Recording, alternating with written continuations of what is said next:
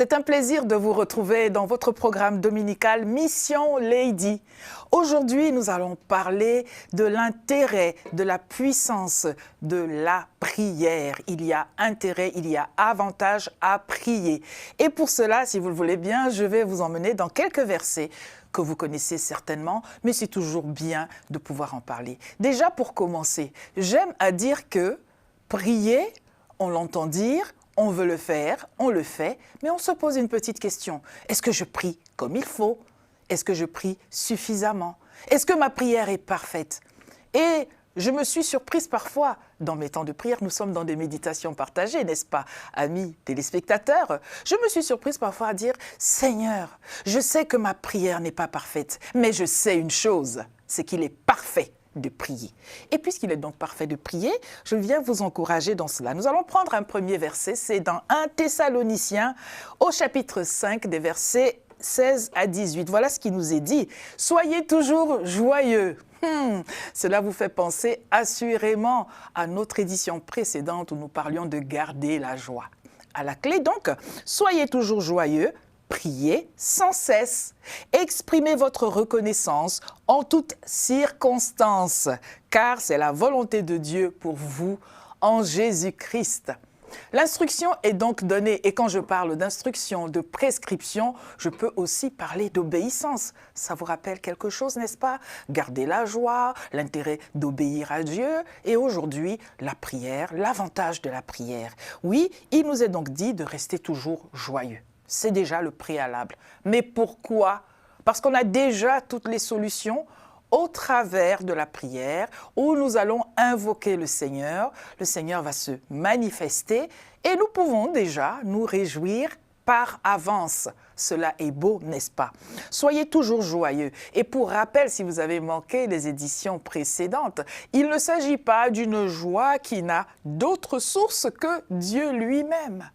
Parce que, vous le savez bien, des petites joies, des joies éphémères qui, après qu'elles soient passées, nous laissent dans un état d'esprit où on ne se sent pas très bien, on a le cafard, dit-on souvent. Non, il vaut mieux avoir le Seigneur et ne pas avoir le cafard. Soyez donc toujours joyeux et priez sans cesse. Alors, le sans cesse, les esprits chagrins diront, mais n'a-t-on pas d'autre chose à faire? Ne peut-on pas vaquer à ses occupations? Vous savez, dans nos pensées, il y a beaucoup de choses. Et au fur et à mesure que nous vaquons à nos occupations, nos pensées ne sont jamais en sommeil, elles sont en éveil. Sauf que, à quoi pensons-nous? À nos préoccupations, à nos inquiétudes, à nos frayeurs, à nos peurs, à toutes sortes de choses qui, somme toute, ne sont même pas bénéfiques. En revanche, nous pourrions avantageusement consacrer ce qui se passe dans ce temps-là à prier.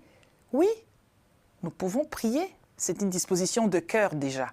Oui, il y a bien la prière dans son temps de prière personnelle chacun, à la fréquence que l'on souhaite. D'ailleurs, il nous est dit, n'est-ce pas, sans cesse.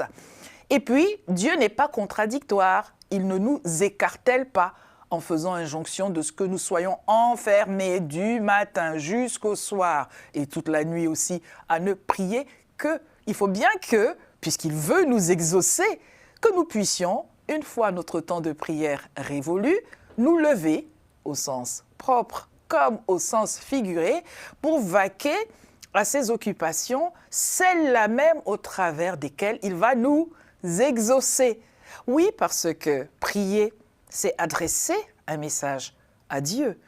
Et en général, quand on adresse un message à un destinataire, on s'attend à ce qu'il réponde. Et Dieu répond. Il répond par l'exaucement de nos prières. Et donc, oui, soyons cohérents, il faut bien se mobiliser pour entrer de plein pied dans cet exaucement. Priez sans cesse, exprimez votre reconnaissance en toutes circonstances, car c'est la volonté de Dieu pour vous en Jésus-Christ. Alors, priez, oui. On entend souvent dans prier, demander, requête après requête. Il n'y a rien de mal à cela. Mais, je le disais précédemment, Dieu répond. Il nous exauce, il exauce nos prières. On reviendra dans un autre contexte sur quelle prière exauce-t-il, parce que Dieu n'est engagé que par sa parole.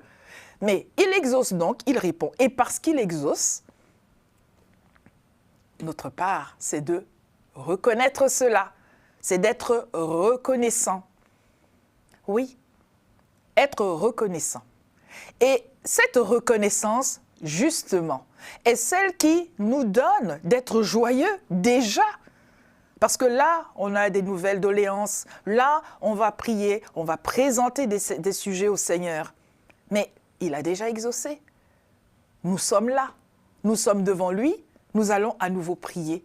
Comme un enfant que nous sommes vis-à-vis de notre Père qu'il est dans les cieux, que déjà nous nous réjouissons par avance. Parce que nous avons l'assurance, la certitude que Dieu ne ment pas. Que Dieu n'est pas un homme, un être humain pour mentir. Et qu'il est le Dieu de promesses toujours réalisées. Ses promesses à lui, pas les nôtres, les siennes. Donc, l'intérêt d'être joyeux, c'est aussi ce qui atteste de ce que nous sommes reconnaissants, que nous ne sommes pas dans l'ingratitude de celui qui demande sans cesse, et qui oublie d'être reconnaissant. L'idée qui me vient souvent, pour les quelques-uns avec lesquels j'ai pu partager cela, c'est que les bénédictions sont comme un millefeuille. Je suis gourmande de ces bénédictions. Une couche de bénédiction, et puis une autre couche de bénédiction, et par-dessus celle-là, une autre encore, et ainsi de suite. Et Dieu ne se lasse pas de nous bénir. Nous ne devrions pas nous lasser d'être reconnaissants, de le remercier. Et donc, pour en venir à la prière, dans ce verset, 1 Thessaloniciens au chapitre 5 des versets 16 à 18, je le rappelle, « Soyez toujours joyeux ». Nous avons des bonnes raisons, nous avons toujours de bonnes raisons d'être toujours joyeux, et d'une. Et c'est dans cette disposition que nous venons devant le Seigneur pour l'invoquer, pour prier. Et à cela est attachée de facto notre reconnaissance, cette joie, puisque nous savons qu'il a déjà exaucé précédemment et qu'il est encore capable de le faire. Et alors, nous exprimons notre reconnaissance en toutes circonstances. Pas en prévision seulement de ce que nous attendons et nous redoutons que peut-être nous ne soyons pas exaucés, mais parce que nous avons déjà été exaucés bien plus de fois que nous n'avons prié, car il faut le reconnaître, Dieu est bon quand même. Au-delà de nos prières, il nous exauce en abondance et en surabondance, on peut le dire ainsi. Et puis un point, quand il nous est dit, c'est la volonté de Dieu pour nous en Jésus-Christ, puisque c'est sa volonté, nous allons obéir. Alors maintenant j'entends, mais comment prier? Est-ce que je prie bien? Est-ce que je prie assez? J'ai envie de vous dire, priez. Dans Philippiens, au chapitre 4 du verset 6 à 7, il nous est dit, ne vous inquiétez de rien. De rien. Mais en toute chose, faites connaître vos besoins à Dieu par des prières et des supplications dans une attitude de reconnaissance. On y revient. Et la paix de Dieu, qui dépasse tout ce que l'on peut comprendre, gardera votre cœur et vos pensées en Jésus-Christ. Qu'y a-t-il de plus beau? Vous savez, souvent on se dit, comment je vais faire dans telle ou telle situation? On a envie de se plaindre. On a même des raisons, humainement parlant, de se plaindre. Personnellement, je considère que seuls les vivants peuvent se plaindre.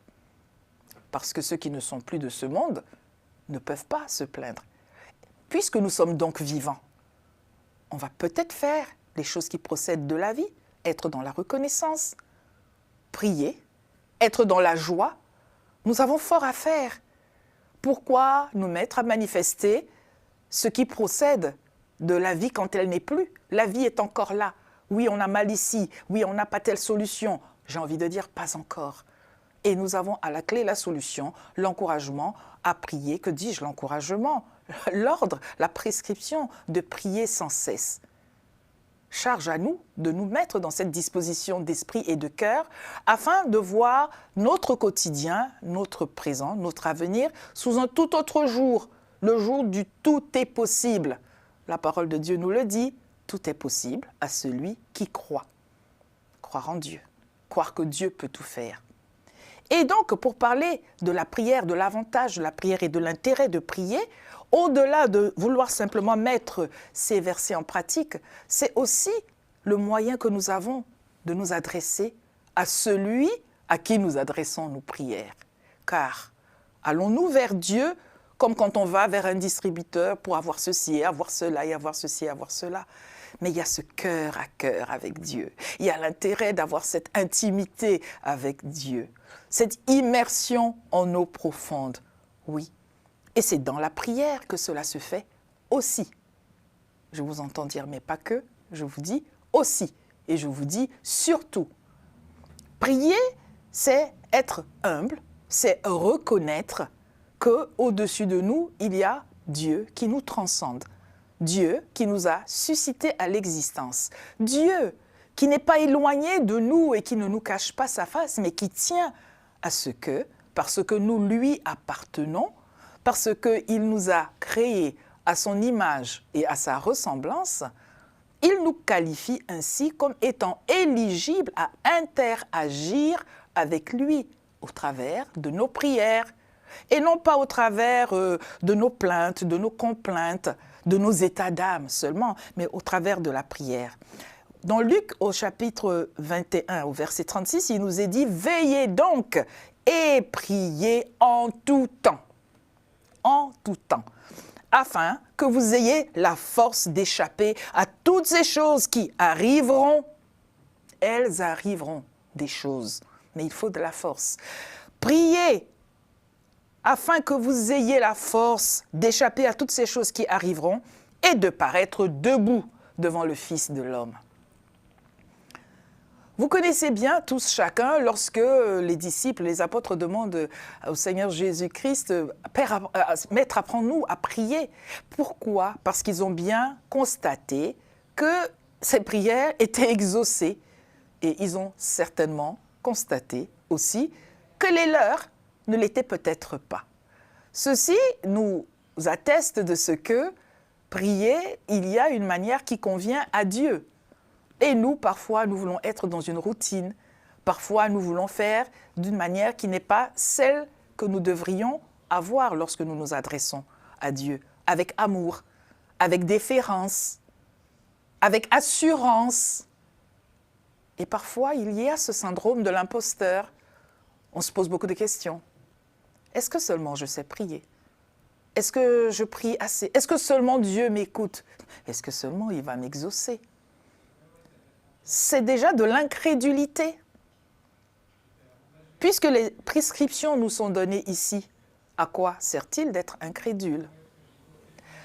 Je ne sais pas pour vous, mais considérons ensemble, c'est ainsi que je l'ai reçu dans mon cœur, que la crainte et le doute sont tout de même de graves péchés. Puisque nous savons que Dieu est au contrôle et qu'il nous a donné la possibilité de nous adresser à lui, au travers notamment de nos prières, quelle raison avons-nous d'être dans la crainte, dans le doute, comme un enfant dont le père ou la mère sait qu'il tient toujours ses promesses, et que l'enfant est encore et encore en train de se dire « Est-ce que papa ceci? Est-ce que maman cela? Et si jamais ceci? Et si jamais cela ?» Le parent que vous êtes certainement ou que vous serez un jour, vous seriez en droit d'être attristé par une telle attitude. Et lorsque nous avons cette attitude, justement, nous attristons l'Esprit de Dieu au milieu de nous. Je prends cela pour moi, c'est un péché, c'est une offense pour le moins. Soyons légers si vous voulez. C'est une offense. En fait, c'est un manque de reconnaissance de ce que ce qui nous dépasse demeure cependant à la portée de Dieu, à qui nous appartenons. Nous ne sommes pas sur cette terre par notre propre volonté. Nous ne sommes même pas ici-bas par la seule volonté de nos parents. Nous savons très bien qu'il est des parents qui voudraient n'avoir que des garçons, qui ne voudraient avoir que des filles. Et pourtant, ils n'ont pas, même avec tous les bidouillages dits de la santé et tout ce qu'ils veulent, on a l'enfant que l'on a et nous sommes enfants de Dieu. Nous l'avons accepté. Si vous ne l'avez pas encore fait, c'est l'occasion, je vous encourage à cela, car il n'y a que des avantages. Et donc, prier, c'est de présenter à Dieu, parce que nous sommes dans cette interaction, nous sommes encouragés à lui présenter nos sujets, nos préoccupations, toujours avec un cœur joyeux, la reconnaissance d'avance, l'assurance qu'il nous exaucera. Quand? Au temps convenable. Dieu n'est-il pas le maître des temps et des circonstances? On le découvre toujours après de ce que, si telle ou telle situation s'était passée de telle ou telle autre manière à telle ou telle autre période de ma vie, cela aurait été dommage. Et on comprend pourquoi Dieu a permis que cela n'arrive soit jamais, soit dans un autre temps. Nous n'avons que des bonnes raisons, par notre vécu, de constater combien, dans ce cœur à cœur avec Dieu, il y a lieu de pouvoir parler de tout son cœur, en toute vérité. Car prier donc, ce n'est pas simplement réciter des choses apprises par cœur, c'est bien plus que cela. De même que lorsque nous sommes en interaction avec quelqu'un qui nous est cher, nous ne venons pas vers cette personne en récitant par cœur des choses que nous avons eu à apprendre, mais nous allons considérer le contexte, la situation, la personne même à laquelle nous adressons, et nous aurons à cœur de lui dire ce que nous avons sur le cœur. Nous voulons que la personne nous écoute, qu'elle nous accorde toute notre attention. De même, voilà ce que Dieu attend de nous, que nous puissions aussi l'écouter. Pourquoi? Parce que dans la prière, ça n'est pas que notre listing informatique de je voudrais ceci, Seigneur, fais que cela, et puis encore et encore et encore. Nous sommes dans une interaction. Et l'exaucement n'est jamais bien loin. Oui, Dieu fait au temps convenable, mais l'exaucement de ce que nous allons être exaucés n'est pas de trop. Nous avons parlé à cœur ouvert au Seigneur. Nous avons pris le temps, pris la peine de le faire d'un cœur joyeux. Et nous sommes dans l'assurance qu'au temps convenable, nous serons exaucés. Plutôt que de prendre le temps d'aller voir un tel et une telle et telle autre personne et chercher dans toute autre sorte de source des solutions, considérons donc que celui qui nous a suscité à l'existence a assurément réponse à tout. Considérons cela. C'est une question de choix. Priez aussi, lorsque vous avez prié, comment vous sentez-vous? Vous-même, vous savez. Même si vous étiez inquiet, même si l'exaucement n'est pas sous vos yeux émerveillés à l'instant T, c'est ce ressenti de satisfaction. Mais c'est déjà parce que l'exaucement commence par une autre disposition de cœur que le Seigneur lui-même fait. Il nous réconforte. Nous sommes certains d'avoir fait ce qui convient, que d'aller vers lui, d'avoir présenté les sujets, les dossiers. Oui, d'avoir présenté les situations, d'avoir demandé son aide, d'avoir demandé des stratégies, d'avoir demandé la force de nous lever une fois le temps de prière révolu pour marcher, opérer, fonctionner selon ce que nous avons reçu. Car dans ce temps de prière, à la prière, le Seigneur répond. Et il répond déjà pendant que nous prions. Nous voyons bien que nos pensées sont renouvelées. Nous appréhendons la situation sous un tout autre angle, auquel nous n'avions pas pensé. C'est dire combien cette nouvelle approche n'est pas de nous, mais elle est ce que nous avons reçu dans notre temps de prière. Et puis, en effet, il s'agit d'aller de l'avant. Alors, nul besoin, comme un agriculteur qui aurait retourné la terre, labouré la terre, qui aurait mis des graines en terre, et qui viendrait, une fois son dur labeur de la journée révolu, qui reviendrait sur ses pas, tout saccagé, piétinant de ses pieds, saccageant tout ce qu'il a planté. Parce que souvent, certes, lorsque enfin nous prions, notre attitude après avoir prié, pour beaucoup ressemble à celui qui verserait de l'acide sur quelque chose que pourtant il a fait croître. Parce que l'inquiétude revient. Mais pourquoi revient-elle? Peut-être parce que nous avons considéré que le temps de prière était le temps où nous avons prié, et puis après, ça n'est plus la prière. Prier donc, on nous a dit en tout temps.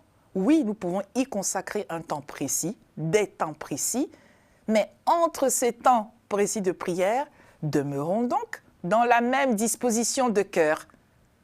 Demeurons ainsi.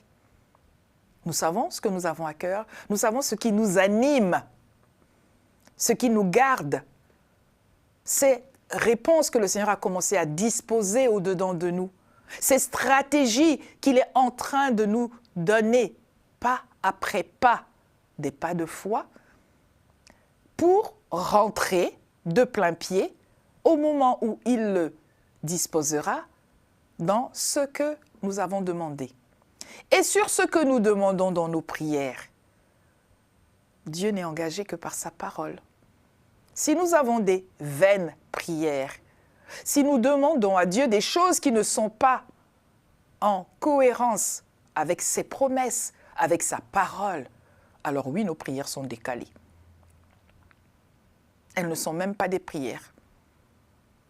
Elles sont même parfois seulement de la convoitise. Nous ne pouvons pas forcer la main à Dieu. Si nous lui rappelons sa parole et que nous nous inscrivons dans cette parole que nous lui rappelons, alors oui, nous serons exaucés. Nous avons vraiment besoin de prier.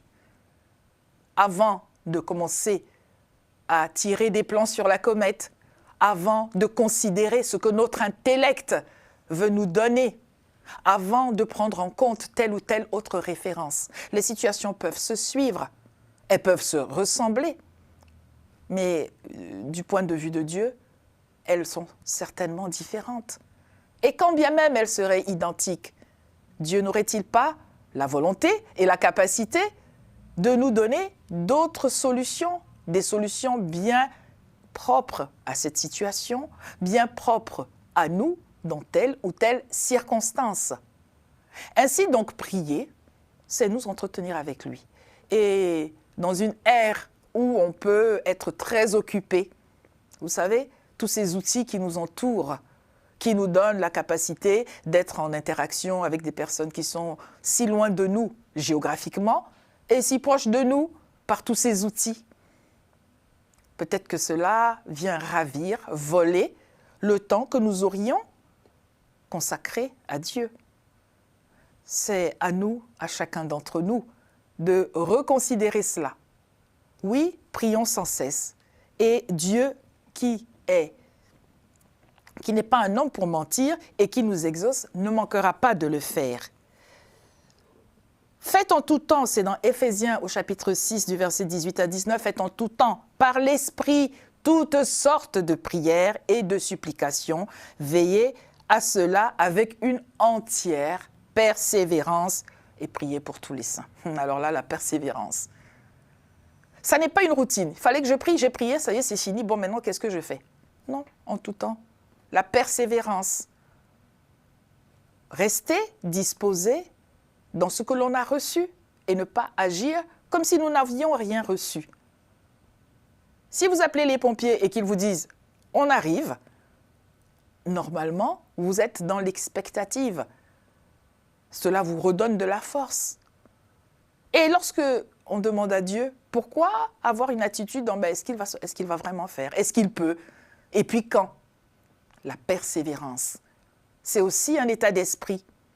Parce qu'il va nous exaucer autant qu'il aura jugé bon de le faire. Mais entre-temps, notre part, c'est de demeurer avec persévérance dans l'assurance de l'exaucement.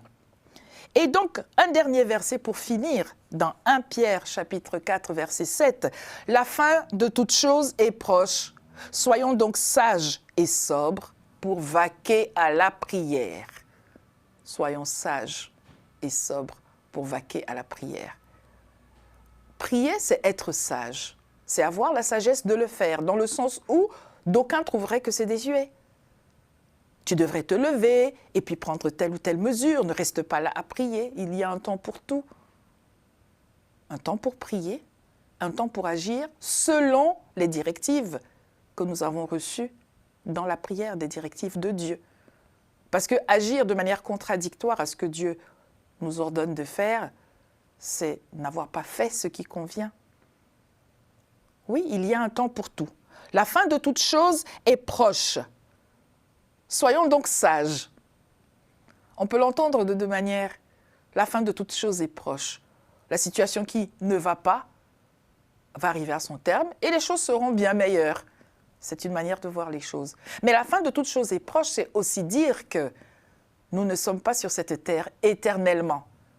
Ne soyez pas tristes. Réjouissons-nous de ce que nous sommes des messagers, passagers sur cette terre, avec une feuille de route et surtout avec la boussole de la parole de Dieu qui nous conduit. Et nous savons qu'au terme, au bout de cela, ici sur cette terre, il y a ce qui est éternel. Soyons donc dans cette sobriété et dans cette sagesse qui veut que la prière prenne toute la place qui est la sienne au milieu de nous, afin que notre cœur à cœur avec le Seigneur nous donne la force dont nous avons besoin, la joie, l'assurance de ce que nous ne sommes pas livrés à nous-mêmes, mais que nous lui appartenons, et nous verrons notre vie bien meilleure qu'elle est, et surtout, cela se verra, cela sera au bénéfice de tout un chacun, tout le monde pourra en profiter. Voilà donc avec cela que je voudrais vous laisser. Veillons et prions sans cesse. Rendez-vous dans notre programme prochain. À bientôt. Oh yeah, debout pour te servir, je chante ta gloire, au roi des rois, Au roi des rois, en marche, en marche, et pour te suivre, je chante je chante